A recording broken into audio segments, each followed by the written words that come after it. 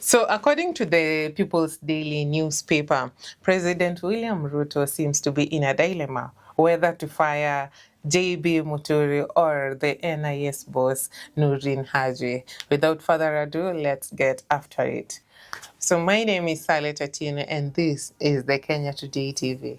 And my name is Juang Odeno. Yeah, according to the People Daily, if you take a look at the headline, Ruto's dilemma, whether to fire CSGB Muturi or maybe to fire NIS Director NOORDIN HAJI. Let us begin with CSJB Muturi because CSJB Muturi is a politician. Director of NIS NOORDIN HAJI is not a politician. I want us to concentrate and we will tackle NIS director later in this video. Now, there is pressure and President William Ruto is in dilemma. And if he fires CSJB Muturi, there will be a political consequence. Which is? That one is going to be, that news will be received by a backlash in Mount Kenya region, and to be specific, Mount Kenya East. And the idea of impeaching Rigathi Gachagua by President William Ruto's political allies was to ensure that is kept outside government so that the mountain can be divided, because immediately it was impeached, it started campaigning against President William Samoei Arap Ruto. And William Ruto brought in Deputy President Professor Kithure Kindiki. Now the mountain is divided, Mount Kenya East, Mount Kenya West, but the ground is speaking a different language, and I will tackle that later. So if President William Ruto must fire CSJB Muturi, he must observe the following. Number one, he must look for someone who is going to replace JB Muturi. And I'm telling you, that person is going to come from Mount Kenya East. And these politicians are very funny. They're always just looking for opportunities for themselves. So me, I will just analyze politics according to how politicians behave. Now, recently we saw the former governor of Meru, that is Kiraitu Murungi. He went to State House. Tell me, if JB Muturi is fired, or maybe he resigns from his position, definitely they are going to give that post to Kiraitu Murungi. He has been crying that the people of Meru have been left out in government. The second thing he must also look into is to allow his political allies in parliament to do the same thing they did to Rigathi Gachagua in 2024. Do you remember how Rigathi Gachagua was rushed to Osipto? Yeah. It was so painful to see chest pain, to see an old member of the society being rushed to the hospital when he was facing impeachment. So they can draft an impeachment motion. It will be taken by someone who is not going to come from Mount Kenya. Remember how they were able to play politics? Mwengi Mutuze from Ukambani region. Yeah. Then Rigathi Gachagua was impeached. I remember the member of parliament for South Mugirango, Honorable Sylvanus Osoro, had hinted that if JB Muturi, who will not resign, they will impeach him, or he should apologize.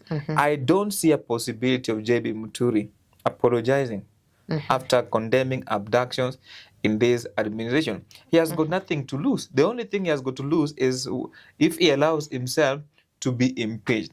Now, the third thing that the head of state must also consider, he can delay all this process, anyamaze, azibe masikio ye aski. Then after maybe 2 months, 3 months, munashtuka tu na nini, na breaking news.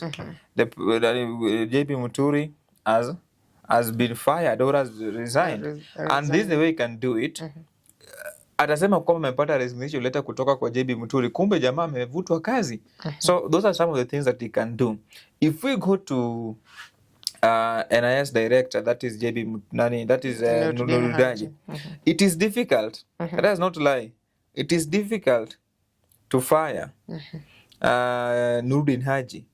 But he can also use the same method that he used to make the former DCI boss, Judge Kinoti, to go home. He can also wake up one morning and say, oh, I have received a resignation letter from NOORDIN HAJI. He has resigned.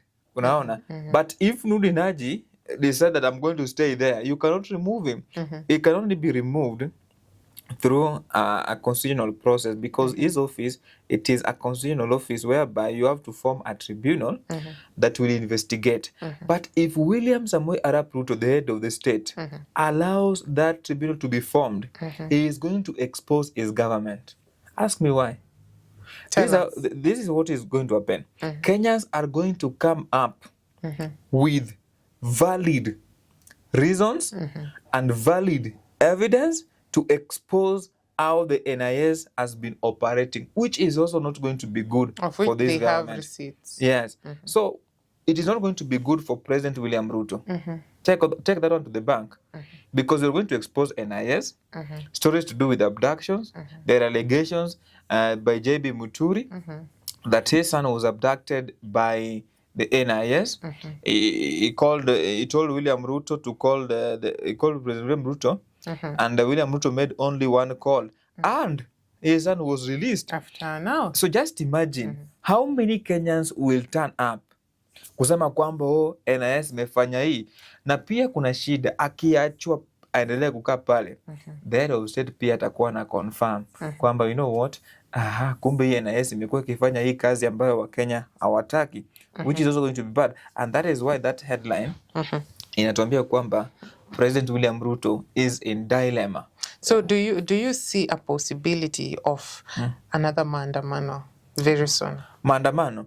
You know, yesterday the Wiper Party leader Stephen Kalonzo Musyoka came up with a beautiful proposal, and I don't know whether he can achieve it, but he can achieve it. Right now, people are fed up. He said they will arrest him in the next maandamano. It's a matter of what is pushing you, the agenda. The agenda. And I can see right now, Kalonzo Musyoka can get the support that he needs once he stands for what the Kenyans really wants. You know, because right now we can see that if we speak the same language with Kalonzo Musyoka, why not? I'm sure the Gen Zs and the people of Kenya are going to turn up in large numbers. But the problem is, after that, what next? Okay.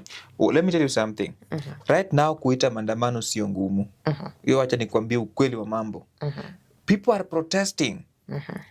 Si lazima waone kwa streets. People are protesting.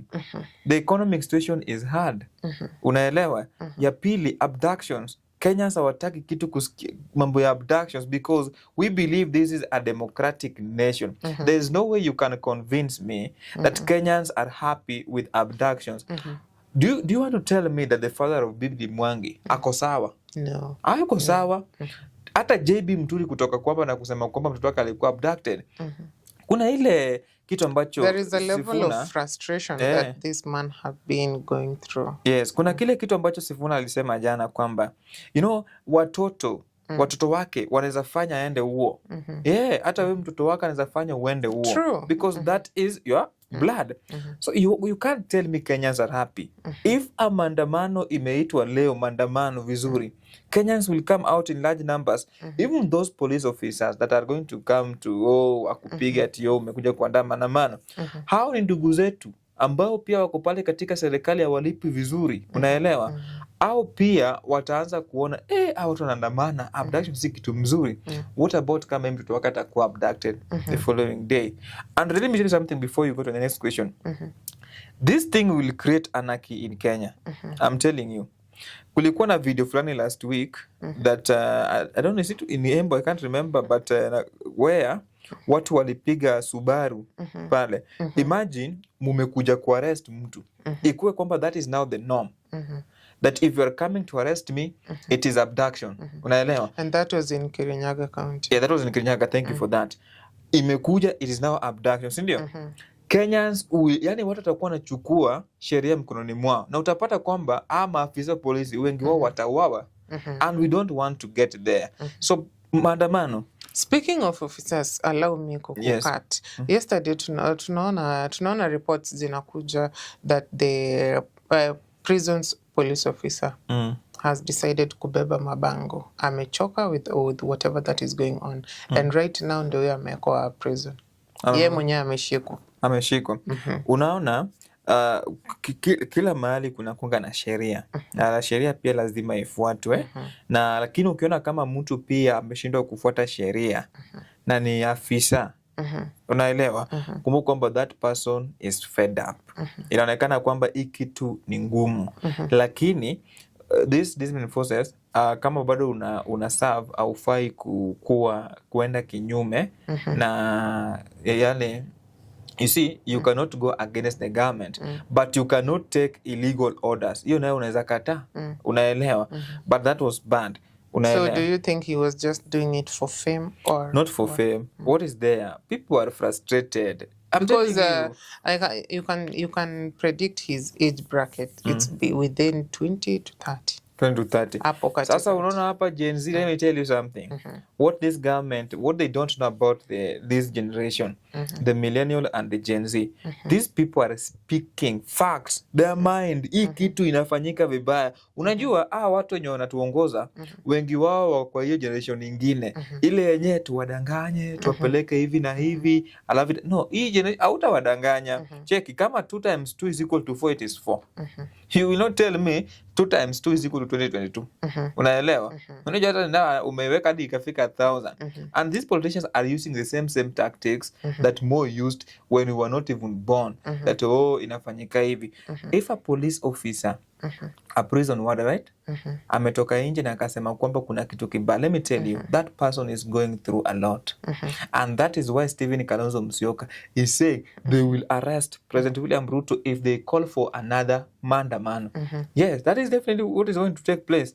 Yeah. Because on the course of hiyo sababu ya frustrations za maaskari, we have kulikuanga na kesi yenye ilikuwa ikiendelea, of which a junior officer was being given a transfer as a form of punishment simply because kulikuwa hakuna maelewano. So punishment yenye angepatiwa ni kumtoa Nairobi to Turkana, of which the junior officer akapeleka matters to court and he reported akona mtoto who is ana need special care. Every week anafaa kukuwa attended to. Na hiyo hospitali yenye anaenda, hiyo facility, it's only in Nairobi. So it doesn't make sense to him being given a forceful transfer simply because because of disciplinary issues, you know. Apelekwe huko, mtoto na niende anamshughulikie, you know. How atakuwa kitokaje huko Turkana each and every week akikuja number one haezi patio hiyo off, unaona.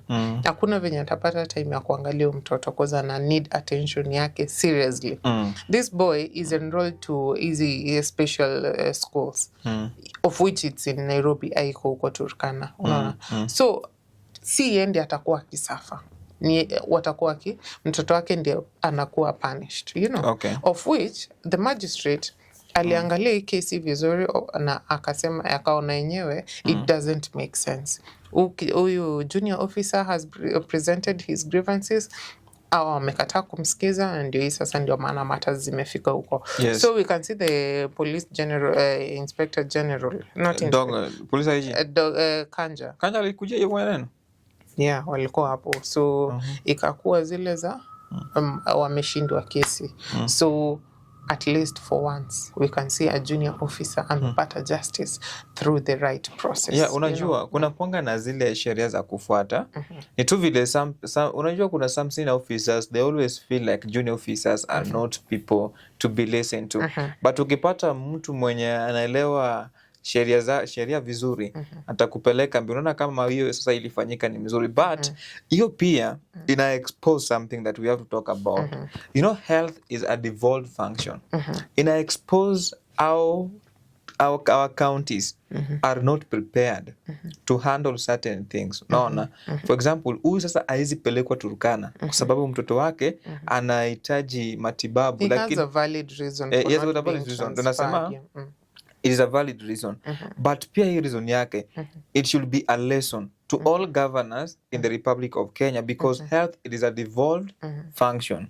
Meaning, kama mtoto huyu akona condition, unaona kama condition fulani, wanafaa sasa kuanza kutafuta jinsi ambavyo watajenga hospitali na kuleta wale health practitioners ambao wanaweza shughulikia shida kama hiyo. Ndio mtu wa Turkana pia ambaye hawezi fika Nairobi anaweza kupata hayo matibabu pale katika county ya Turkana. So this is a lesson that even governors should learn, that kuna na some special cases, but they don't do that. They only say wako na pending bills. And speaking of that, we can see that the NGCDF kitty, it has been disbursed, and we can see various MPs wana showcase their projects zenye wamekuwa wakifanya and all that.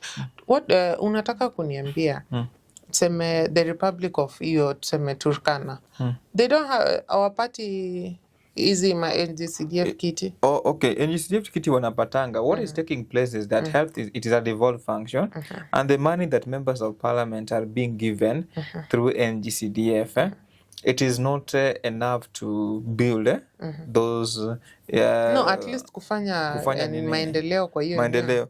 Okay, what I can tell you is that the problem, because health is a devolved function. You see, NGCDF, hiyo ni national government. That is why it's called national NGCDF. It is national.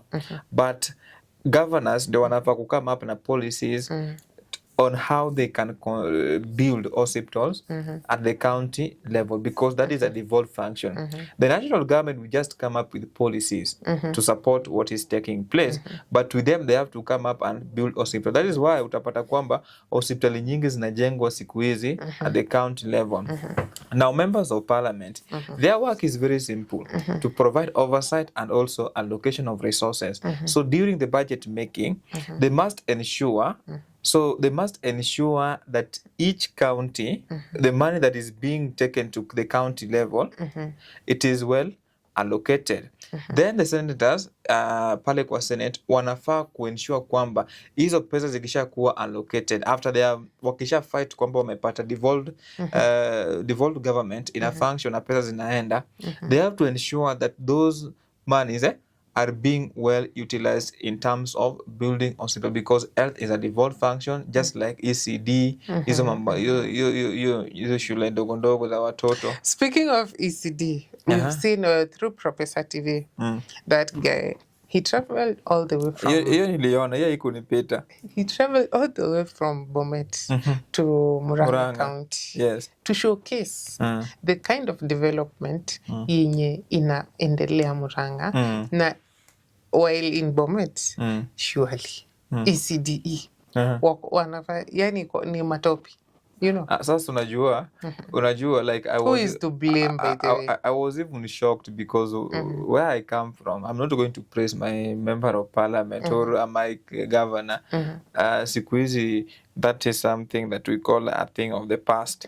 Unaona, but hiyo pia ina expose vile the county government, some county governments are not doing what was the intention. You know, the constitution gave them the mandate to take that service to the common mwananchi, and so it's to do with ECD, that is something that is devolved.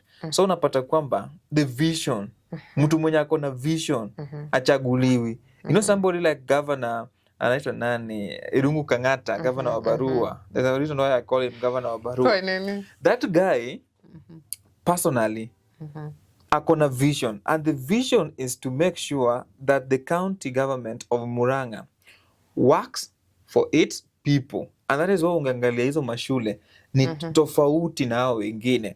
The moment you create a good environment for a child kusoma, haitakuwa tofauti na mule mwenye anasoma huko Mombasa ama anasoma Nairobi. So hatakuwa anashtuka na vitu vingine, lakini surely matope ukiendelea kuweka mtoto pale.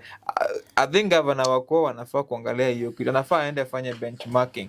And for that, just to emphasize on that, you can also go to Kiaru constituency. What Nani is doing is an amazing work.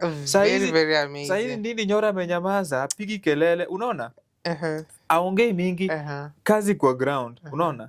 Hata kama watasema kwamba hatachaguliwa ama atachaguliwa, but there's something that you can to show remember. for it, yeah. Like tunaweza kumbuka Kibaki na nini, free primary education. What can we also remember tena? Aleta hiyo free secondary education partially in 2008 na ikaendelea. Uhuru tunamkumbuka na nini? Infrastructure na Eurobond imepotea mara mingi. Let me tell you something. Si ni ukweli? Yeah, true. Si Eurobond umelipa pa last year na iliibwa. Ilifanyika nini? Hakuna.